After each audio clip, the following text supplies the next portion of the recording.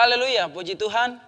Pada pagi hari ini kita kembali lagi dikuatkan oleh firman Tuhan melalui program Berkat Pagi di YouTube GPD Immanuel Garut. Sekarang kita sudah sampai di dalam kitab 2 Raja-Raja. Mari kita sama-sama melihat Alkitab kita Bapak Ibu. Di dalam kitab 2 Raja-Raja pasal yang pertama ayat yang ketiga. Tetapi berfirmanlah malaikat Tuhan kepada Elia orang Tisbe itu, bangunlah, berangkatlah menemui utusan-utusan Raja Samaria dan katakan kepada mereka, apakah tidak ada Allah di Israel sehingga kamu ini pergi untuk meminta petunjuk kepada Baal Zebub Allah di Ekron? Ini firman Tuhan ini datang kepada Nabi Elia untuk menyampaikan pesan kepada utusan daripada seorang raja yang bernama Ahazia. Kalau kita lihat di dalam ayat yang pertama dan yang kedua bahwa Raja Ahazia menjadi raja di bangsa Israel. Dan kemarin kita mendengarkan firman Tuhan bahwa Raja Ahazia menjadi urutan yang ke-9 di bangsa Israel dari raja-raja.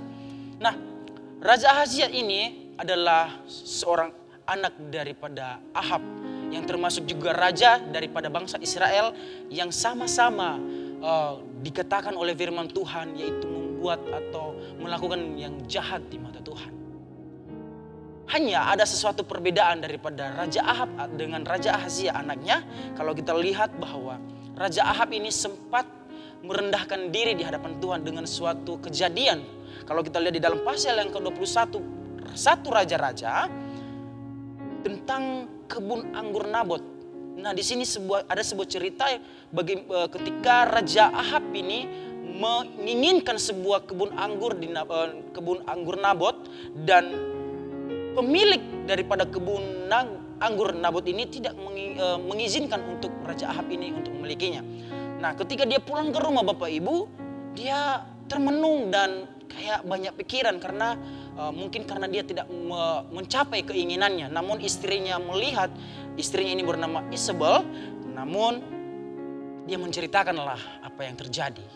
Nah, disinilah Isabel mulai membuat sebuah trik atau ide yang cukup luar biasa dan itu benar-benar top terjadi. Dan ketika sudah berhasil Bapak Ibu, pemilik kebun anggur Nabot ini mati dengan cara yang cukup sadis sebenarnya. Dan mereka dan Raja Ahab ini akhirnya memiliki kebun anggur Nabot. Namun ada suatu kejadian bahwa ketika Tuhan melihat itu terjadi, maka datanglah firman Tuhan kepada Nabi Elia berkata begini di ayat yang ke-17. Tetapi datanglah firman Tuhan kepada Elia orang Tisbe itu bunyinya, bangunlah pergilah menemui Ahab, Raja Israel yang di Samaria. Ia telah pergi ke kebun anggur Nabot untuk mengambil kebun itu menjadi miliknya. Ada sesuatu dan percakapan di sini firman Tuhan kepada Elia dan intinya di ayat yang ke-27 bahwa di sana dikatakan segera sesudah Ahab mendengarkan perkataan itu atau perkataan daripada Nabi Elia, ia mengoyakkan pakaiannya, mengenakan kain kabung pada tubuhnya dan berpuasa. Bahkan ia tidur dengan memakai kain kabung dan berjalan dengan langkah yang lambat. Artinya di sini Bapak Ibu ada suatu perbedaan antara Raja Ahab dengan Raja Ahazia. Ketika dia melakukan dosa, dia sempat sadar dengan kesalahannya. Bahkan dia sampai berpuasa. Akhirnya Tuhan melepaskan konsekuensi daripada apa yang dia lakukan itu. Tetapi firman Tuhan berkata keturunannya lah yang akan menanggungnya.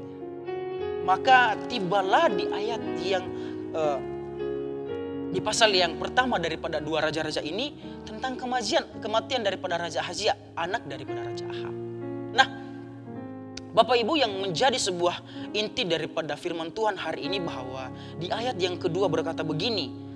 Kemudian pada suatu hari jatuhlah Ahazia dari kisi-kisi kamar atasnya yang ada di Samaria lalu menjadi sakit. Saya kasih sebuah gambaran simpel aja lah ya. Tentang kisi-kisi kamar ini saya katakan bahwa ini jendela mungkin ya, jendela. Ketika dia jatuh di situ, kemudian dikirimnya utusan-utusan dengan pesan, pergilah, mintalah petunjuk kepada Baal Zebub Allah di Ekron, apakah aku akan sembuh dari penyakit ini. Bapak Ibu, yang memilih dia menjadi raja adalah Tuhan. Tetapi yang dilakukan oleh Raja Ahazia itu sangat-sangat jahat di mata Tuhan. Kenapa Bapak Ibu?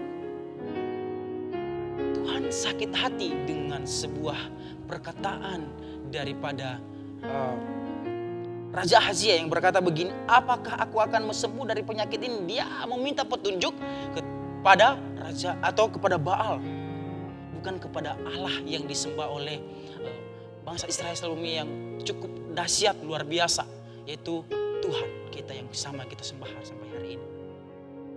Ketika dia jatuh sakit, yang dia lakukan bukan datang kepada Tuhan, tetapi malah mencari Allah lain. Kalau kita lihat di dalam hukum Taurat, di Keluaran, pasal yang ke-20 ayat yang ketiga, di sana berbunyi, jangan ada padamu, ini yang pertama Bapak Ibu, jangan ada padamu Allah lain di hadapanku. Artinya Tuhan membuat suatu perintah bahwa Tuhan itu tidak mau dinomor duakan. Artinya Tuhan itu tidak mau diduakan Bapak Ibu. Tetapi yang dilakukan Raja Ahazia itu sungguh-sungguh sangat membuat hati Tuhan kesal, sangat marah. Sehingga firman Tuhan datang kepada Elia untuk memperingatkan dan memberitahu bahwa Raja Ahazia akan mati itu di tempat tidurnya. Cukup sadis bukan? Yes, sadis. Kenapa? Ini adalah konsekuensi daripada dosa yang dia lakukan. Dan dosa yang dia lakukan bukan cuma dosa yang biasa-biasa saja. Yang mungkin kalau kita dengar Daud bahwa dia melakukan dosa terhadap Batseba, dia melakukan perzinahan. Tetapi yang dilakukan oleh Raja Ahazia ini sangat jauh berbeda. Yang dilakukan oleh Raja Ahazia ini adalah menduakan Tuhan sendiri. Dan Tuhan benar-benar tidak suka dengan hal itu. Sehingga yang dialami oleh Raja Ahazia adalah kematian. Benar kalau kita lihat di dalam Roma pasal yang ke-6 ayat yang ke-23. Di sana dikatakan bahwa upah dosa adalah maut. Itu tidak bermain-main Bapak Ibu. Ketika kita melakukan dosa, dan apalagi kalau kita benar-benar melakukan dosa yang seperti Raja Ahazia menduakan Tuhan, itu cukup sadis Bapak Ibu. Karena firman Tuhan dan Tuhan sendiri pun tidak suka dengan hal itu.